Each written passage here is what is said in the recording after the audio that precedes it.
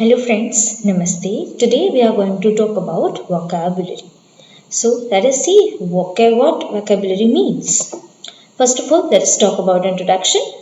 Vocabulary refers to the set of words that a person knows, uses and understands in a particular language. It can also refer to the entire set of words used in a language or by a particular group of people.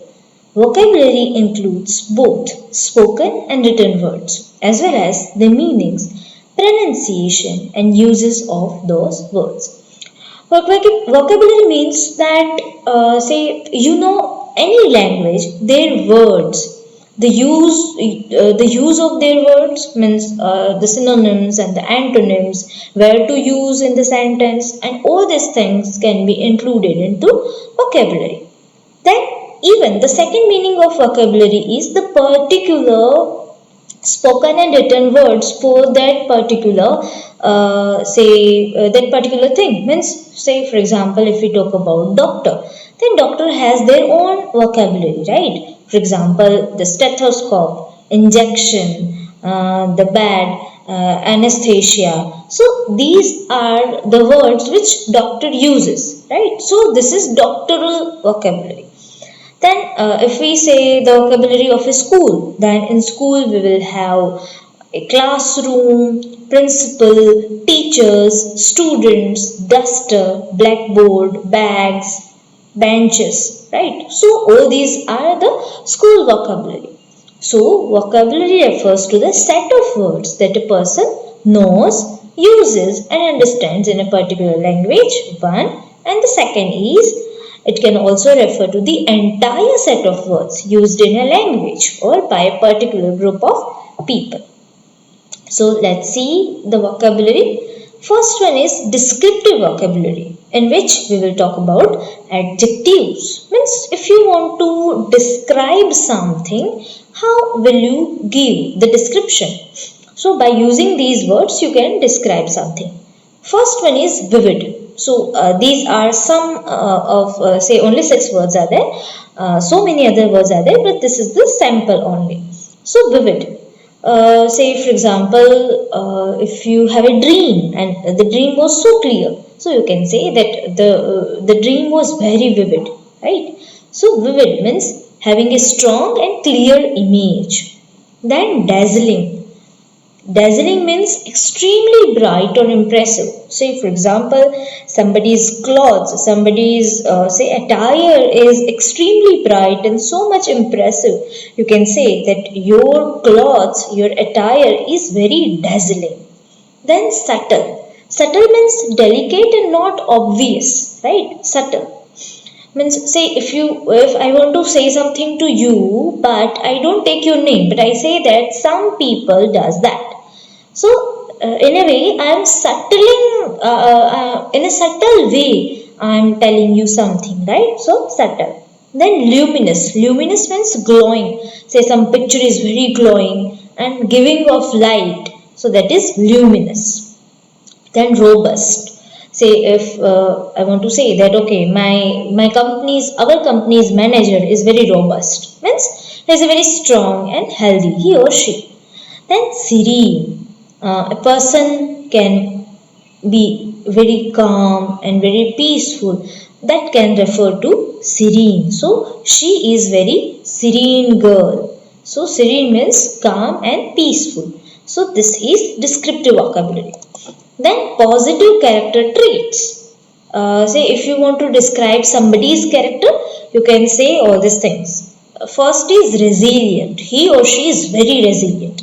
Resilient means able to recover from difficult situations. Say, for example, Draupadi was very much resilient, right?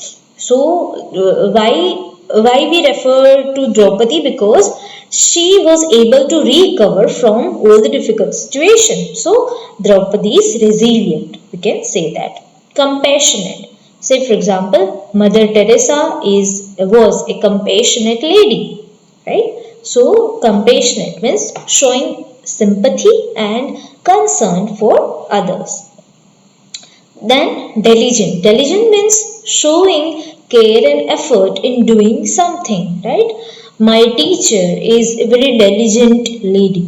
Means she shows care and effort in doing whatever she is doing, right? So showing care and effort.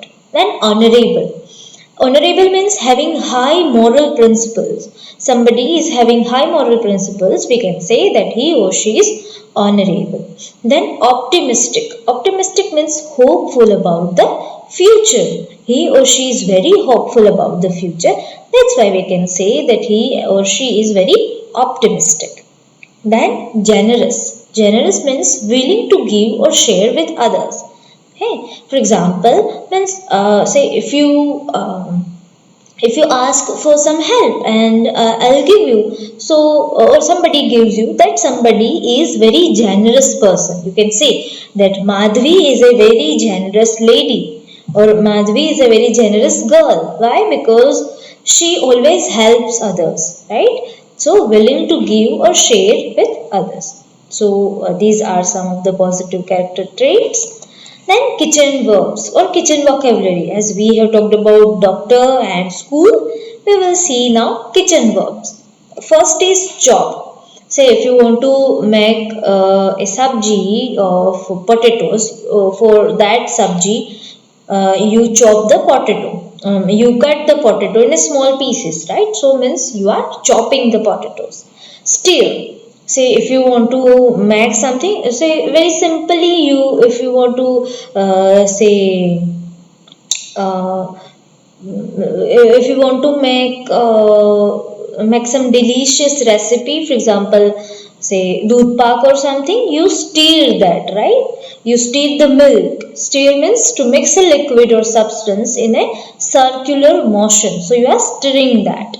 So stir or stir. Then boil.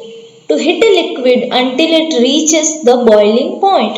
You boil water, you boil milk, so that is boil. Simmer. Simmer means to cook gently just below the boiling point. Say for example, you simmer the potatoes, you simmer the eggs, so this is simmering. Fry. Say if you have chopped the potatoes, then you put a little oil in the cooker or in a pan, and you put the potatoes into that. So you are frying the potatoes. Then grill. To cook food over direct heat. Say papad or in bangan ka bharta, you put that brinjal on the direct heat. So you are grilling the bangan or brinjal, right? Usually on a barbecue. Then whisk. Whisk means to beat or stir rapidly to mix ingredients. Say if you want to make something, say for example, if you want to make pakodas, so the batter of that ground flour and water, you beat, right? So that is whisking. Then bake. To cook food by dry heat, typically in an oven. So you know bake. You are baking say bread, you are baking cookies, you are baking biscuits, you bake say for example cake. So this is baking.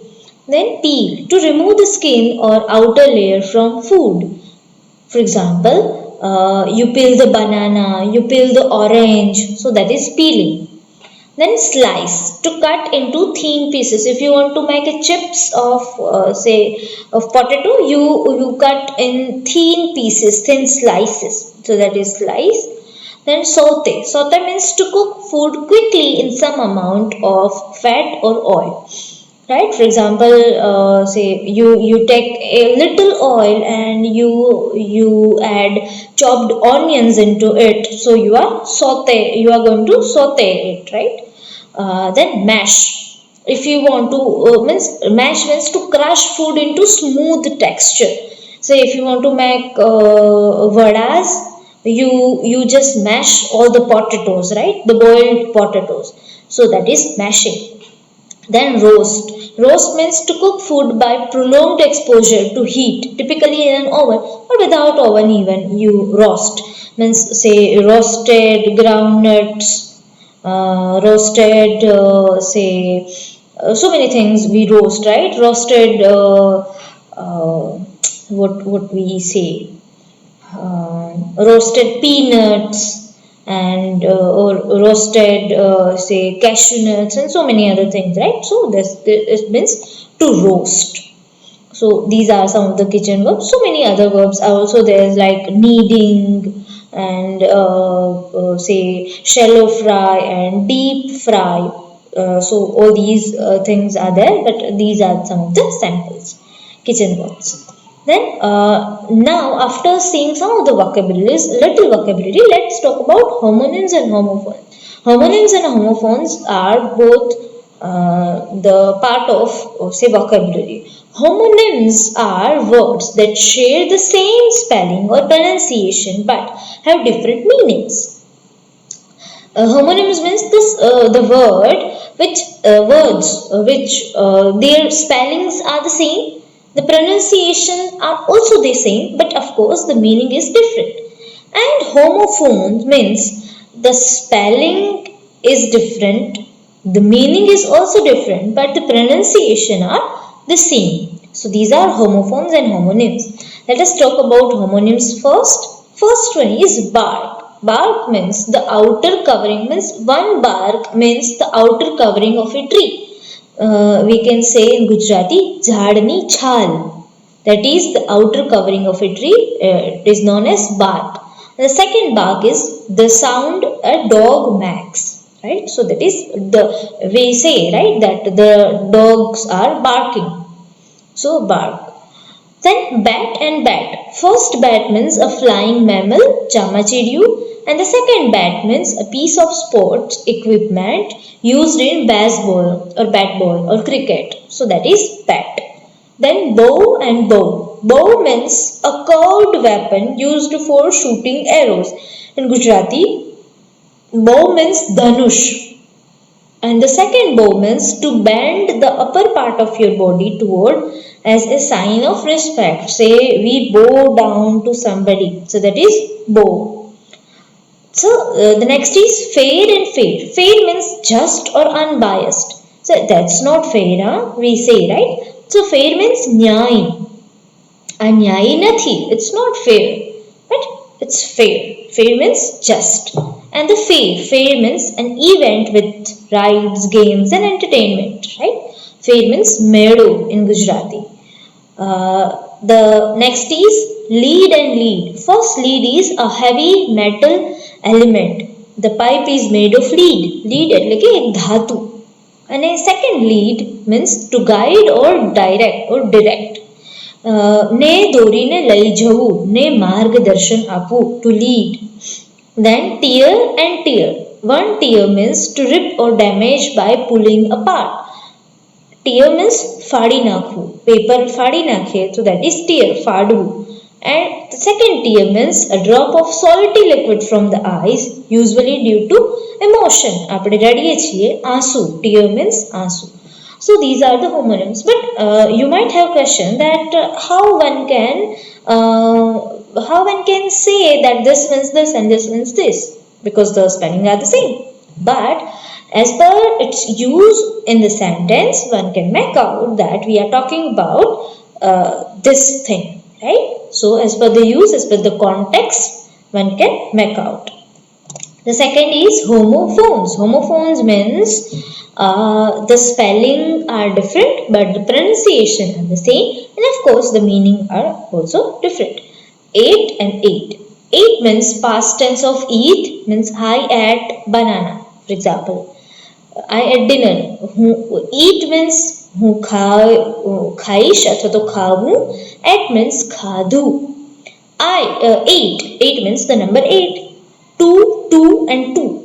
TO2 means indicates direction or purpose. I am going to the store. હું store અથવા તો દુકાન પર જાઉં છું. 2. I too will come. હું પણ આવીશ. અથવા તો this is too much. આ બહુ જ વધારે છે, ખૂબ વધારે છે.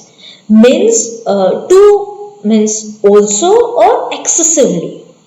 TWO, 2 means the number 2. Brake and brake. Brake means a device for stopping a vehicle.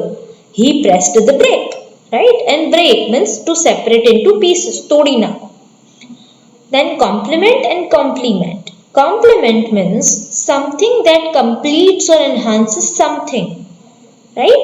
આની અંદર વધારો કરવો, that is complement. And compliment means a nice or flattering remark. You are looking good, for example. So this is a compliment from my side. So a nice or flattering remark. Then the next is mail and mail. Mail means letters and packages delivered by the postal system. જે કોઈ પણ parcels આવતા જતા હોય છે, that is mail. And male means referring to a man or a boy. પુરુષ વાચક સંજ્ઞા, that is male. So this was all from my side. Today we have talked about vocabulary, homophones and homonyms. Thank you so much.